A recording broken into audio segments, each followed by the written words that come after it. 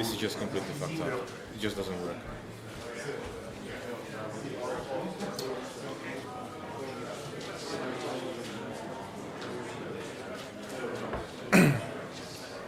To nefunguje.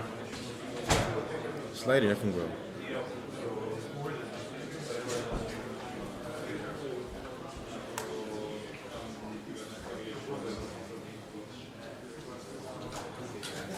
Ne, to prostě nefungují slidy, nejde to pustit, tady není žádný tlačítko play.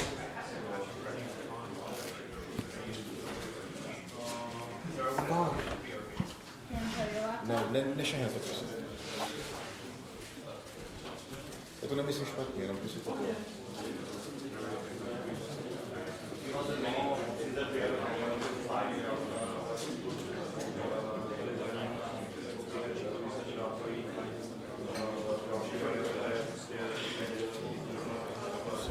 Slides come.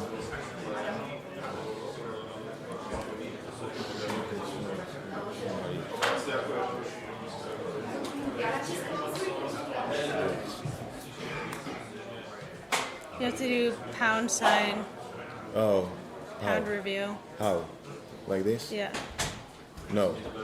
Pound review. Oh. Like this? No. Fuck, what's happening? No, you have yours right here. No, it just doesn't work.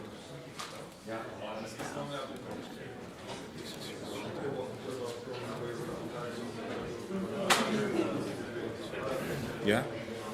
But I can't play this way, right? There's nothing. Alright, I'm just rebooting into Mac and numbers. Okay.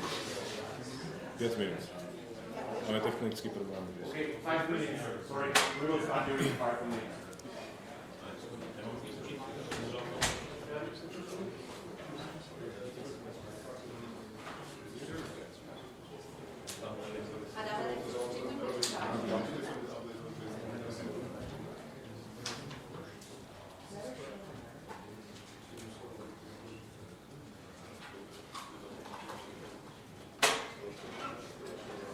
Okay, so we can play yours from this way, I guess.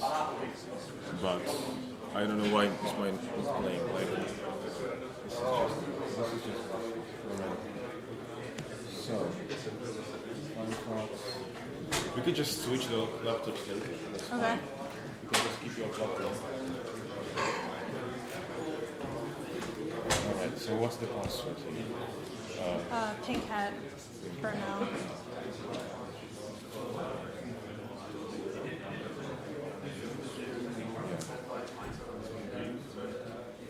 It was just 10 minutes to connect the projector and it just doesn't work. So DevConf CZ. Thank you, DevConf CZ. And then pink hat for now. For now, okay, thanks. That's great. So settings.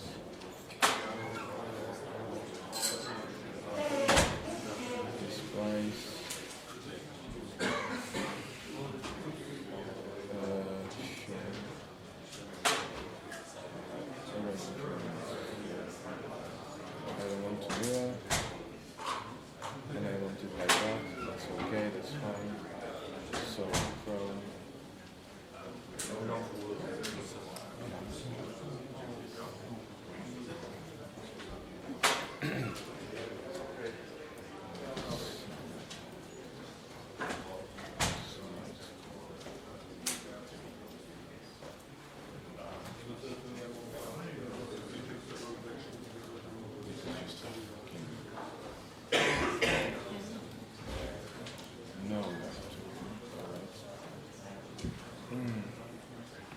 But yours, you can put the slides here and the presentation notes here for you. Here? Yeah, this is your projector. This is you, yeah.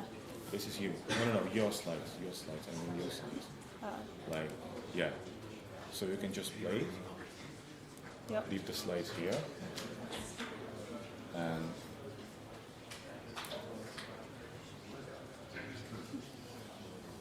so now I'm logging in. And I'll be there in a minute. Okay, deck, play. Alright, like 40 seconds and we can start. Okay, shall we start? 40 seconds. Do you want to unplug? You can count, yeah. Do you want me That's to fine. unplug mine? Start presentation. No. So, I know you will hate me, but it didn't work for me, so I had to reboot this. So, but it's going to be fine. All right.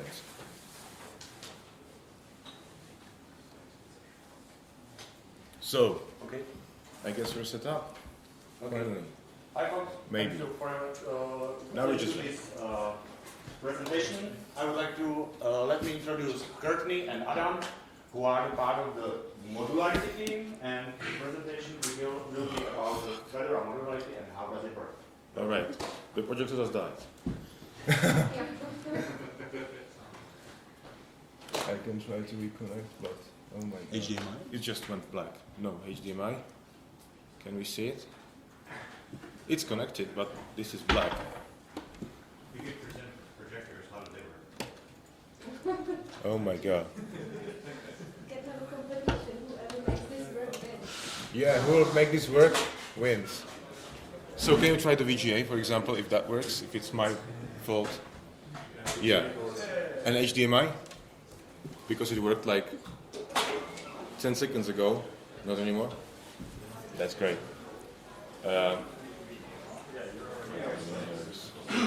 I'll try to do something, but I don't know. Já nevím, co se děje, to podělat. Jo, asi já nevím, prostě to nefunguje. Ach jo, jak jsem to myslel. What's he gonna do? I can try to log in, like, Oh, I have it. do you have a, Presentation in PDF or? we have it online, we can, like, I don't know. Oh, no, is that yours? Yeah, but yours is. No, it's yours, yeah, right. All right, just let me log in. Let me just log into my account here. So, slides. Red hat gone.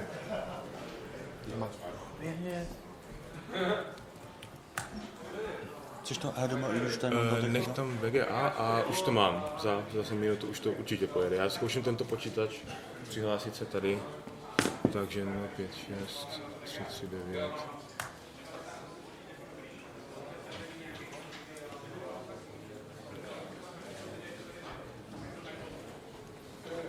Fedora Modularity. What? Slides. Slides come. And log in. And we go.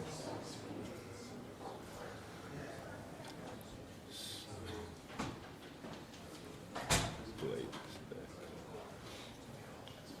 Speaker view. And we go. We're good. Oh, it's- No. You can mute. Yeah, that's fine. All right. So, you ready? Finally. Thanks. Took only 20 minutes to connect the projector. So, hi everyone. My name is Adam. This is Courtney. I'm from the Modularity team. Well, I'm from the Modularity team, and Courtney is from the Factory 2.0 team. And before we start, we have something we need to do. So if you could put the stickers you could find on the plate on the table on your laptop, because we can't continue without that. If you don't have a sticker, that's your problem. I'm sorry. So, do you have it? So please remember to pay after the talk. And let's start with the great stuff. So, I don't know if you were to Langdon White's talk last year about distribution. This guy. So we started with saying distributions are great. Nothing changed about that, so that's good. And let's say why they are great. I guess we all know that, right? They ship packages with the dependencies, so it's easy to install. They're integrated and tested, so everything works together and well, which is fine. And one of the boring stuff, security, no one cares, right? No, it's pretty important that they patch for security. For example, if I develop an app and I have no time to update it every day, they can do it for me, right? And yeah, they have a lifespan. They're released at some time, and just die at another time. So, for example, this is Fedora from 80 to 25, and all the software which is in the release is tied to the release. So I have a distro, version 1, there is something, it can be application, for example, like Firefox can be database, something, some dependencies, and everything has the same life cycle, which is fine, but there is this but, right? Because the applications are released independently from the OS. They got their own life cycles, right? For example, I can have Apache, MariaDB. They just release as they want, not as Fedora wants. And also, I can install like multiple, or maybe I can't, but there are multiple versions of the stuff available as well. So, yeah, basically that's it. But distributions ship just a single version. For example, Fedora 22 has this version, Fedora 23 has this version, etc. But it's almost always just one because of the dependencies, because of the integration. Newer version can have different libraries, different dependencies that they can't really fit together. So if we can just include our version, which one? So what's better for you? Is it fast updates or is it just stable versions? I don't think we have an answer because as a developer I want the latest version, right? But if I run a server, I want the stable ones. So that's the answer. We need all of them. But how? Yeah, but how?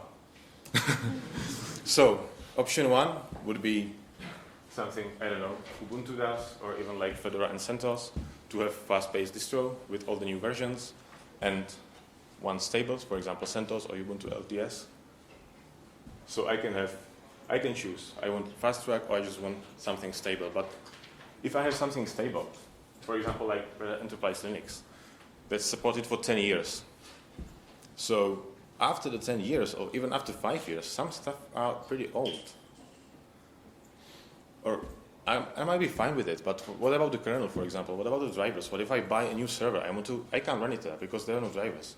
So this is kind of limited. Another solution for like multiple versions is something called software collections, which is like only different method of packaging RPMs, which install the software into separate path. But it's kind of hacky. You need to type CL enable, and it doesn't really work with some solutions, for example, hard-coded path, etc. But that's an option. Option 3, we'll have containers, right? Who knows what container is? Docker. Almost everyone. So it's like an isolated part of the operating system that can run processes with their file system, their network stuff, and etc. So this is like pretty separate, but still, I need to build it out of an OS, out of something, out of a Linux distribution. So if I have a distro with one version, I can build a container with one version, right? And if I want to just install something else, I might need to tweak it a bit. But yeah, it's a solution, but the best one would be, I guess, modularity that solves all the problems for you. So let's have a look at a video. I won't be talking the subtitles, so just please read.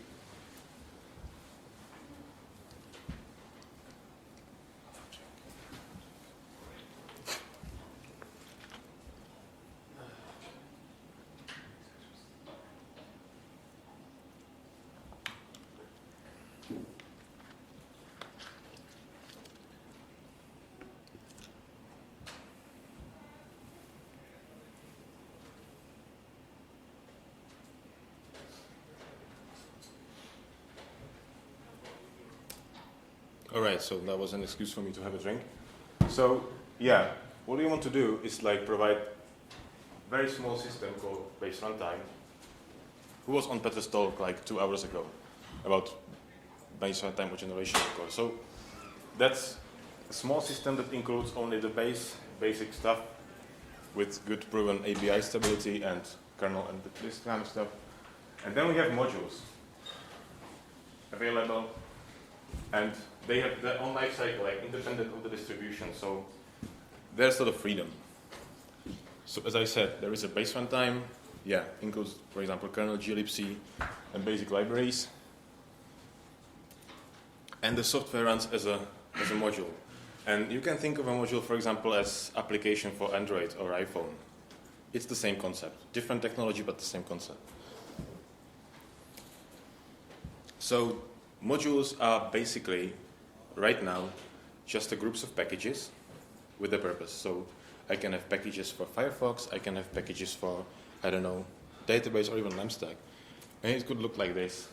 Just the packages, some metadata, and you can see there are two kinds of packages. For example, if I have Firefox, I will have Firefox as an API package because that's the package which is the reason for the module to exist. But it will also include all the dependencies in itself. But we treat the dependencies as an implementation detail. So we don't guarantee, like, for example, if I update a module, the API will stay the same, but everything else can change.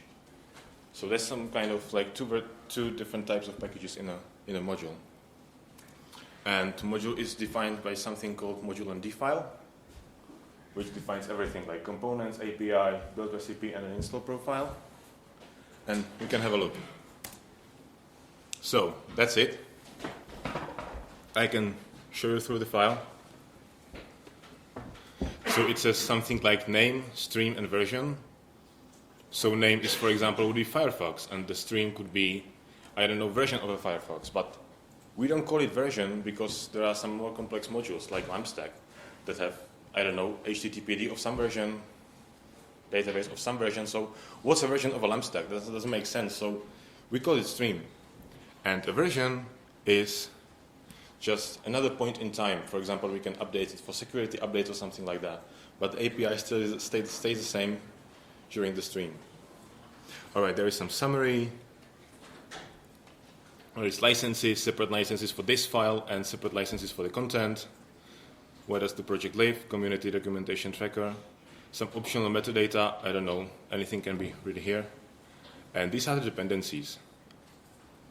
And we can see there are dependencies and components, which are two different things. They both can be, I guess dependencies can be just modules, but think of it as a dependency as something that is not part of the module. So for example, the base runtime. It needs the base runtime to run. But a component is something which is included in the module. So if I have, for example, a Python app, I can have the module. I can have packages with my app and, for example, Python here. So it would get bundled into the module and be a standalone component. I know the Python was maybe a bit wrong example because what if I have like 5 Python apps on the system? I don't want to have 5 Pythons, right? So that's something we want to solve in the future. I guess it will be just a dependency, so it will be there just once. But we don't even go and answer it. But yeah, dependencies and components. Then there is something called filter.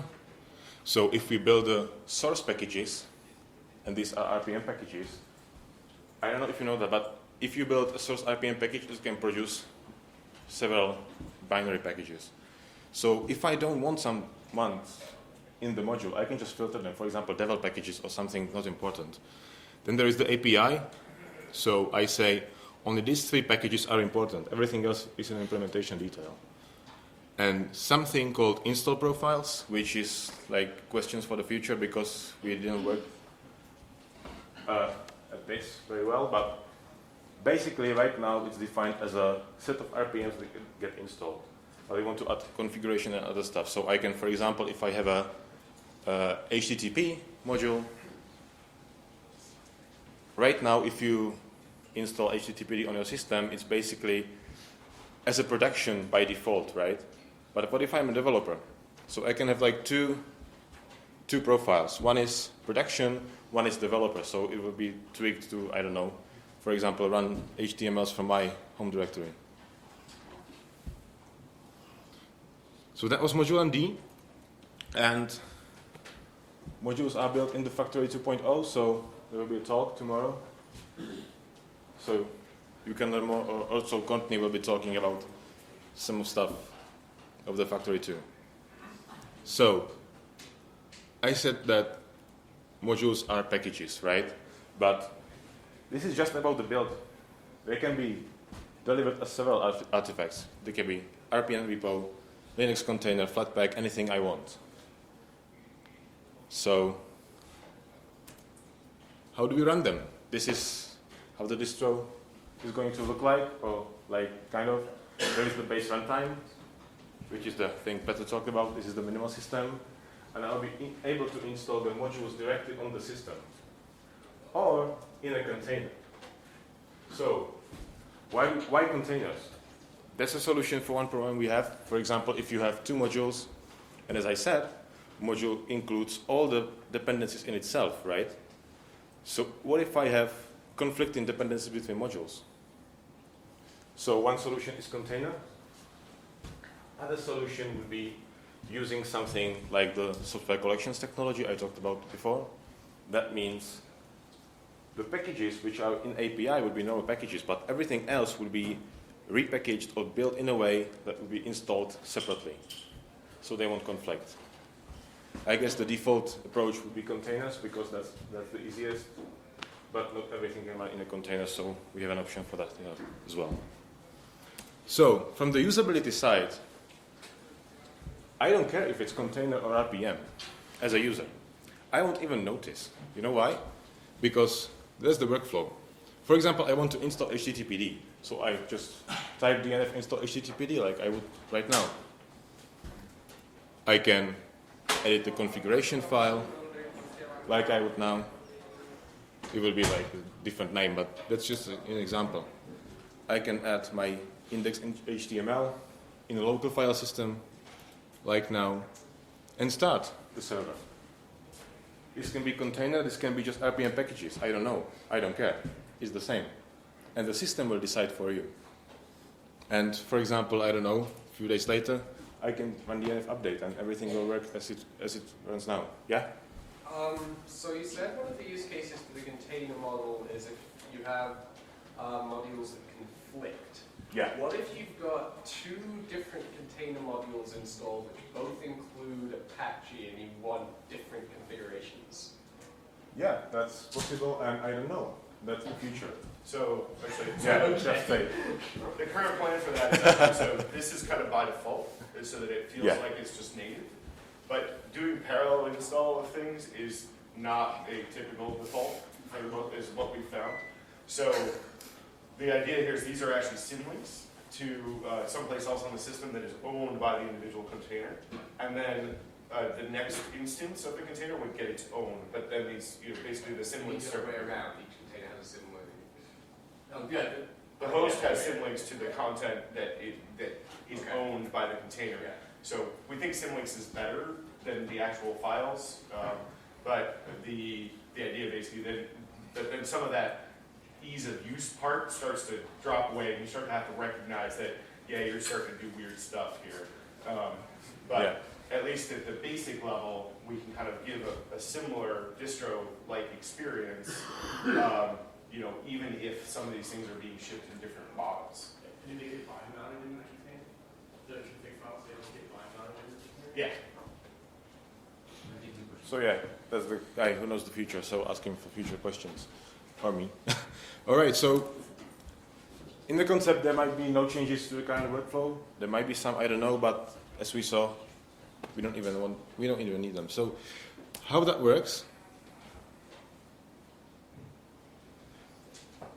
if I have, I don't know, multiple modules, and I just type dnf install HTTPD, how did it know? So I talked about streams, right? The modules come in several streams. It can be versions, it can be even variants of an application. And you choose the stream you want before the installation, or you can even download an ISO, like you would, for example, Fedora 25. It's got the component selected for you, so we want to make the concept like, we don't want to change this, so you will be able to download an ISO with all of this, pre-select it, or just make your crazy stuff, right? And DNF keeps system updated and integrated and working together, and you can just type DNF update and everything will work.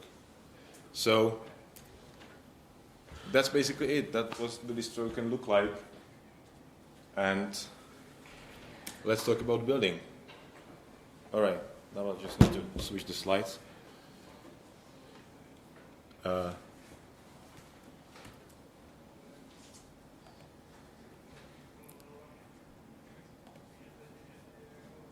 Technology, but it'll be fine.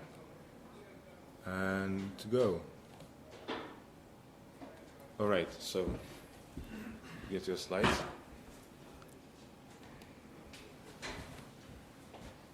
Okay. Is that the first one? Is it okay? No. No, it's not the first one. All right. So I just screwed up, so I will just fix it. Is it okay? Yep, that looks good. All right, so this is So- Courtney, and she will tell you about the build pipeline. Yeah, so how do we actually build modules? We use something called Module Build Service. Module Build Service is responsible for setting up tags in Koji and rebuilding components of a module from source. So how does it work? Module Build Service coordinates module builds. It's also responsible for a number of tasks. Number one, it provides an interface for module client-side tooling, making module build submission and build state queries possible. For example, we can design our own HTTPD module, and then once we submit it, we can query it. Number two, the MBS verifies that input data is available and correct. So for example, like maybe you input an invalid JSON file. That will get verified or rejected. Number three, it prepares a build environment in the supported build systems such as Koji. Number four, it schedules and builds module components and tracks their build state. Number five, finally, it emits bus messages about all state changes, such as other infrastructure services can pick up the work. So I will actually review what state changes are in the following slides. I don't expect you to know what they are right now. So I just want to reiterate, as mentioned, Module Build Service implements a RESTful interface of module build submission and state querying, and not all REST methods are supported. For example, we have a module build submission here, right? We're going to do an HTTP post to this URL. And what we need an SCM URL. This basically tells MBS where we're going to get our data from. So I've highlighted the module get repo in red and the module MD file in yellow. Note that the module get repo name has to match the module MD file name. And I'll talk about why the get hash is necessary besides finding which commit you want to look at. But what if we want to query for modules? We can query task build ID, which return tasks and module build state. So the task is just the ID of the task in module build service. The build state is, well, one of init, wait, build, done, failed, or ready. And I'll describe these in the next slide what they are. And finally, tasks are just a dictionary of component names in a format of type/NVR, and related Koji or other supported build system tasks in other states. So here's just kind of the workflow of how it all works. So we start in the init state, when basically we parse the module MD file, learn the NVR, and create a record for the module build. At this point, it can either go into the failed state or the wait state. It will fail, for example, if it can't parse the module MD file, like maybe you have an invalid JSON file. But otherwise, it will go into the wait state, and we have something called the scheduler, and the scheduler picks up task and wait and switches to build immediately. Once it's in build, we prepare the build route, submit modules for all the components, and wait for the results. At this point, it can either go to the done state or the failed state. It would maybe go to the failed state if we can't prepare the build route, or maybe some of the components that we listed in the module MD file aren't valid. Otherwise, it goes to the done state. We also have a ready state, where the module is ready to be part of a larger compose. So here's an example of a module build state query. So we do an HTTP get. It's the same as the HTTP put or post that we had before, except we do / the module build task ID. So I've highlighted the task ID in both of these. Hopefully you can see it.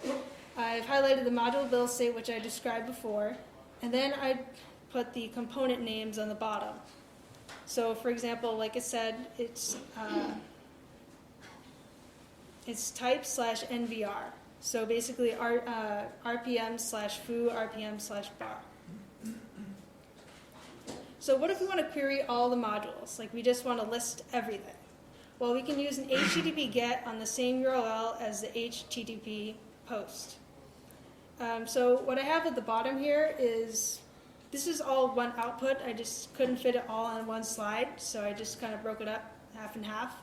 So what you'll see is on the left is their items, which has the ID from the module build service, and then the state. So these are just enum values. So for example, like we have init equals 1, build equals 2, things like that. And on the right, we have this metadata results. For example, the first, last, and next, these are all pages. So it just contains that information.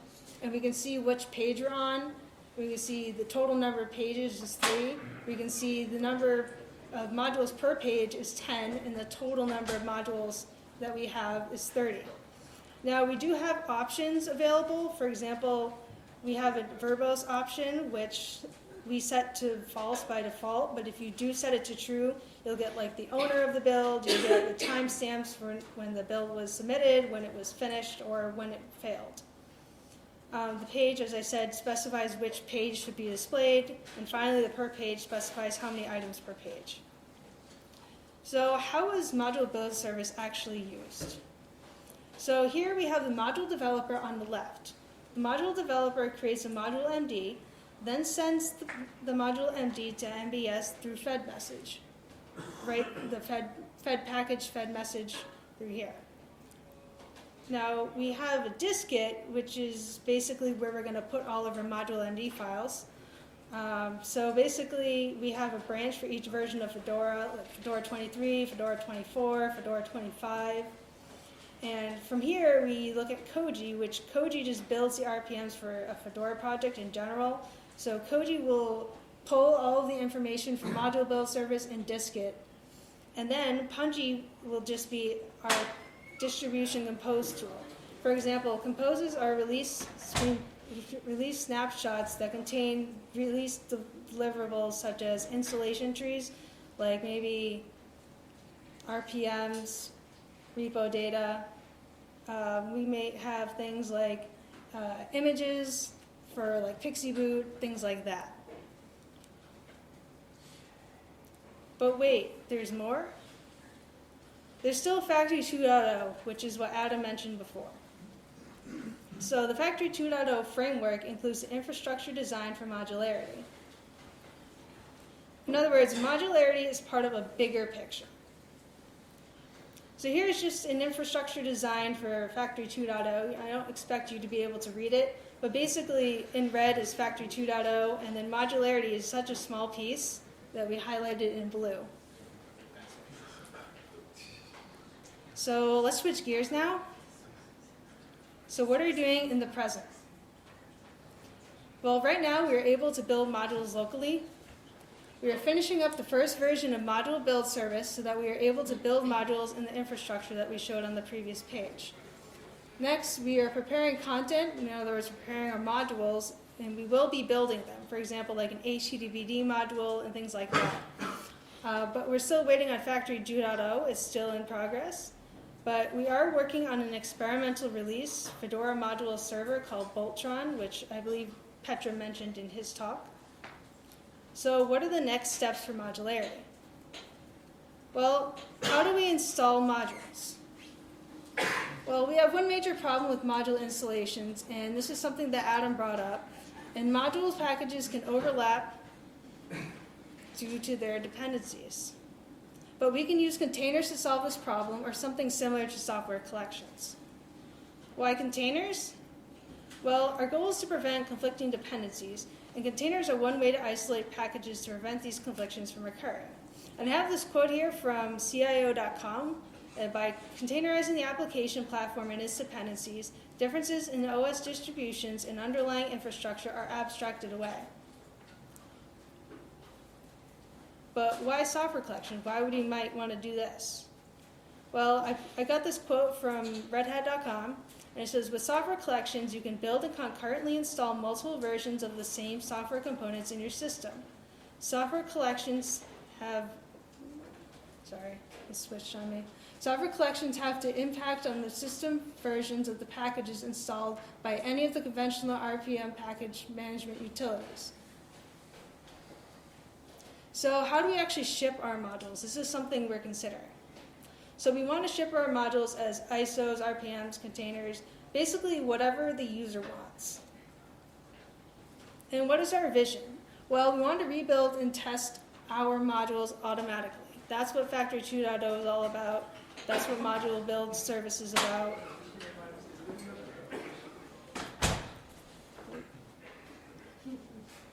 Yeah, there we go. Oh well, anyways. So we have a workshop. That's tomorrow at 1600. Tomorrow at 1600. So basically, we're going to show you how you can build your own module. You can install it. You can use it. Things like that. So that's a 2-hour workshop. We hope that you all come to our workshop. So thank you for listening. And again, tomorrow at 1600 in A113.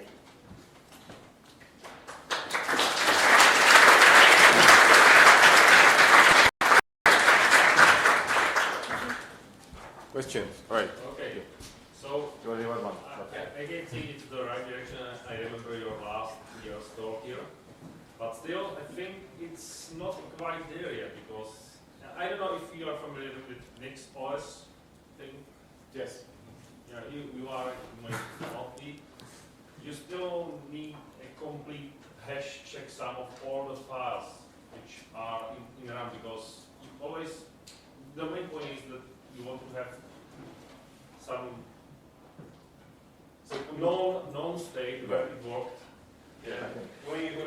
Okay, so modularity in a sense, right, is really only trying to solve kind of the first step on a potentially very long path, right?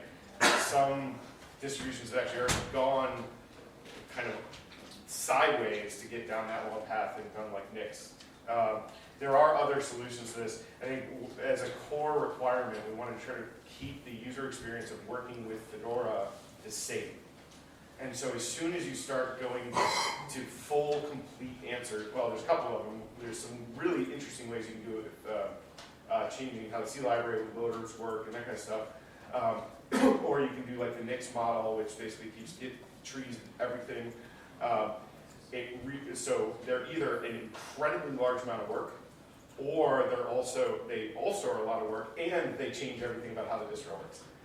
So this is, I think it's really a first step to try to get in this direction, but I'm not sure that it's the last step, if that makes sense. That's why, but like switching whole hog to Nix style of management would probably be too disruptive to actually take, right? That's the question, if we can write the tooling to make it appears like the Fedora, but have the Nix OS. I'll say we looked at it. So, So at this moment there is an OS tree in the background, or? Yeah, so OS tree is definitely on the kind of list of output artifact types. It's just like we're starting with RPM repos.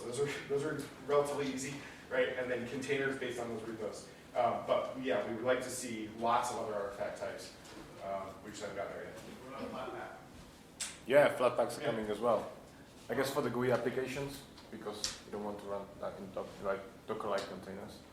Yeah, all right. Go. So, I apologize in advance because I'm kind of doing a lot of catch-up at this conference and I'm unpacking stuff in my head. This, and I haven't had as detailed a look at modularity up until now. This feels to me like it's combining a bunch of different things. Like on one level, it's almost like comps/Kickstarts 2.0, which is great because we've needed that only for the last 6 years.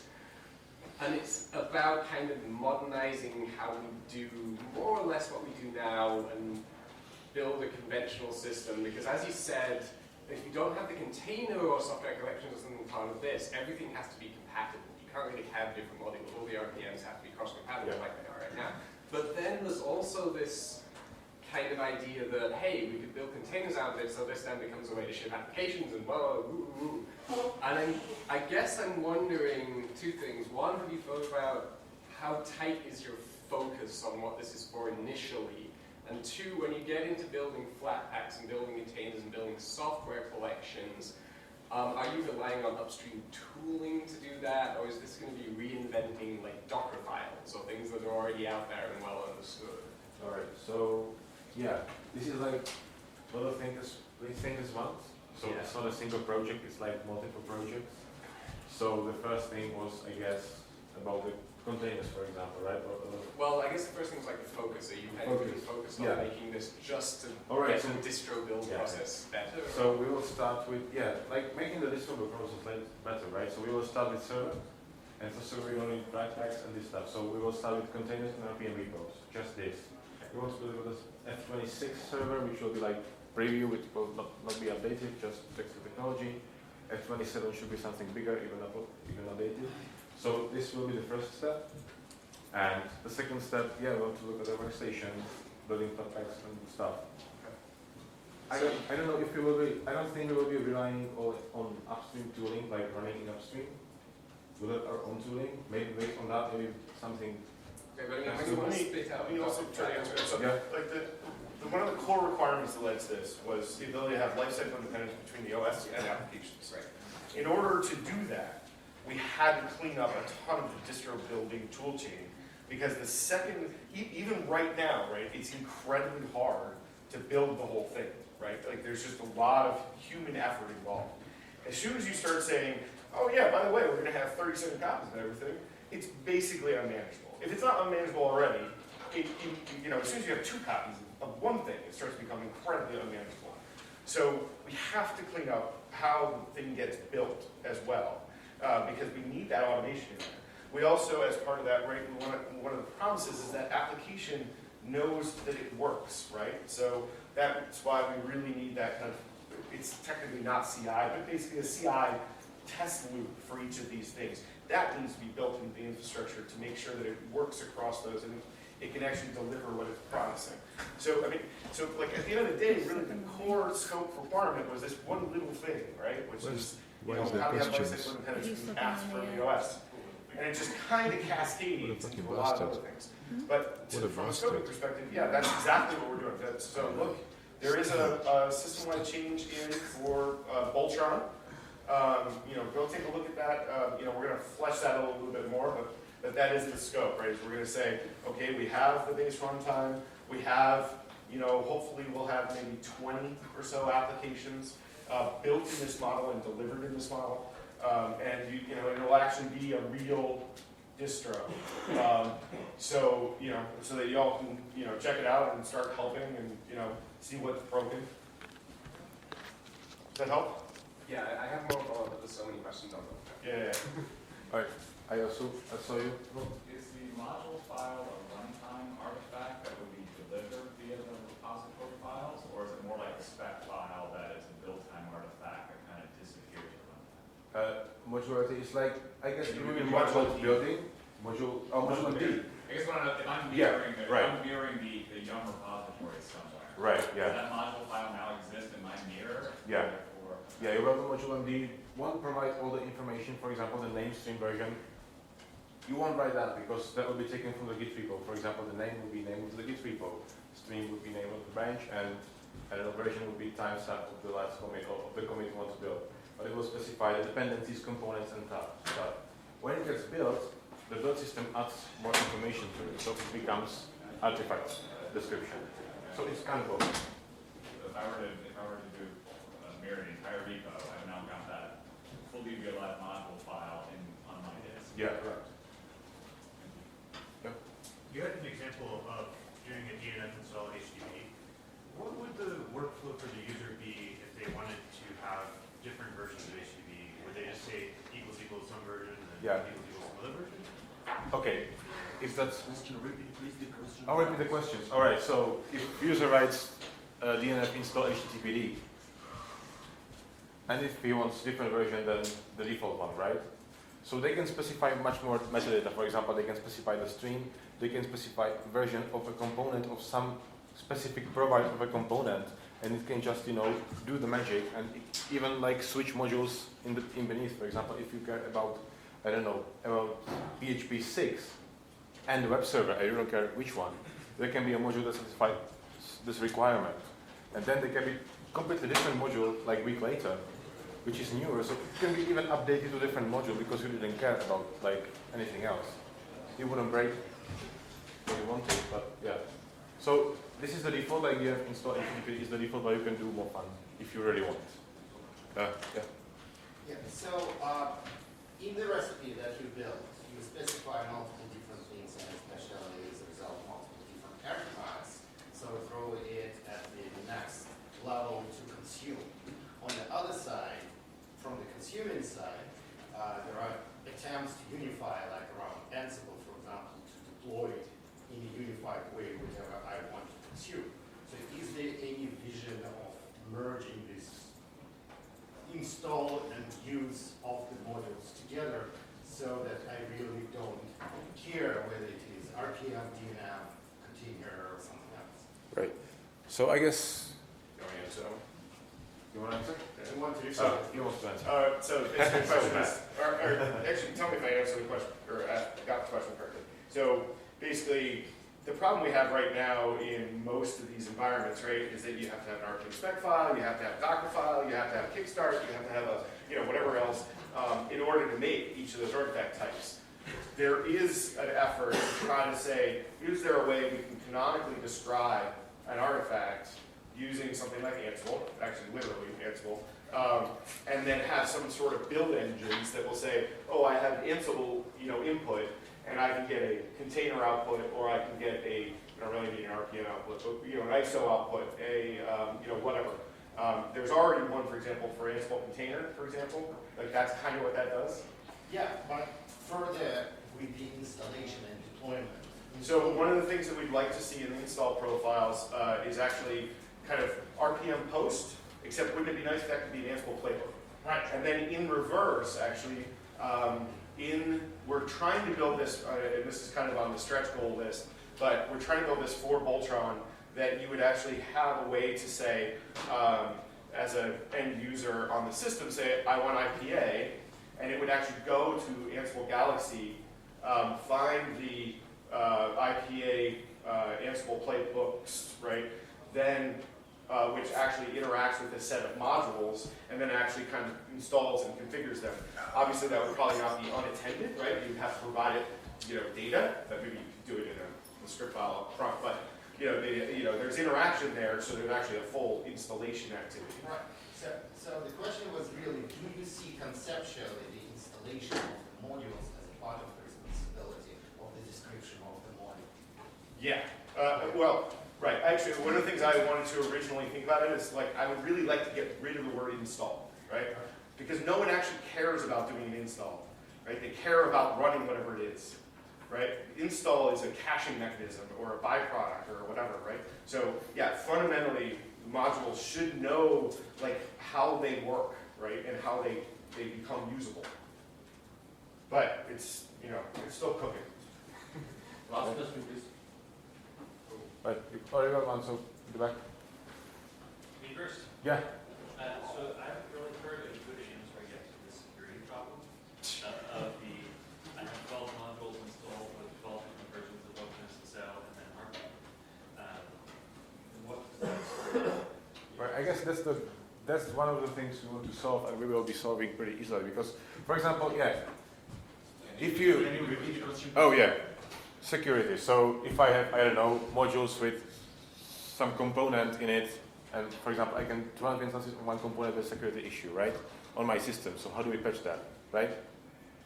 So there's multiple levels of work here. First is the tracking issue, which we've done an okay job at, mostly because we've had a single version to install. But there is a second issue, which is the proactivity issue. Which is where when you have a module that is depending on an old version of the API of OpenSSL, and you have a very large backport to fix a major security issue, you no longer have a self-contained security issue. You actually have a, how do we fix the security issue and the entirety of the module? And so the complexity blows up at exactly the worst possible time. So actually second part is actually much, much better in the module world, right? Because assuming that that library, and a lot of these libraries, right, is an implementation detail, it's not part of the external API, you can just update it, right? So yeah, there's effort to do the update, assuming that the library has changed materially, but there's no impact on the rest of the system for that module to go get that new. So The reason I'm asking is that oftentimes not the case, right? So what ends up happening is that, and this comes from my years of working as an ISV on top of our platforms. Now I work for Red Hat, but I have experience with both sides of the fence. The ISVs want this modularity because they don't want to have to do the work to stay up with the most recent version. Yeah. And then you have something like Heartbeat, and they fix it only on the most recent version. And they're 12 versions old. Yes, Heartbeat is an internal implementation detail, but so much of the code has changed over that time that they can't really patch the old versions, and so they only patch the latest version. And now in order for all the modules to get a patch, they have to update all of this API. Okay, I got it. We need to finish. Can I have 30 seconds? Yeah. All right. So. Yeah, we can set it up. Yeah. Thanks for coming.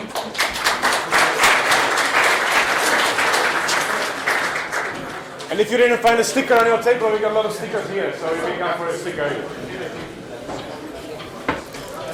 Where are my stickers?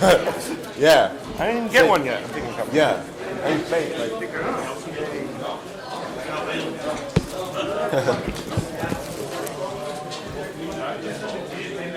Ciao. Filip. Questo è l'inizio monitor, to je projekt vedeli.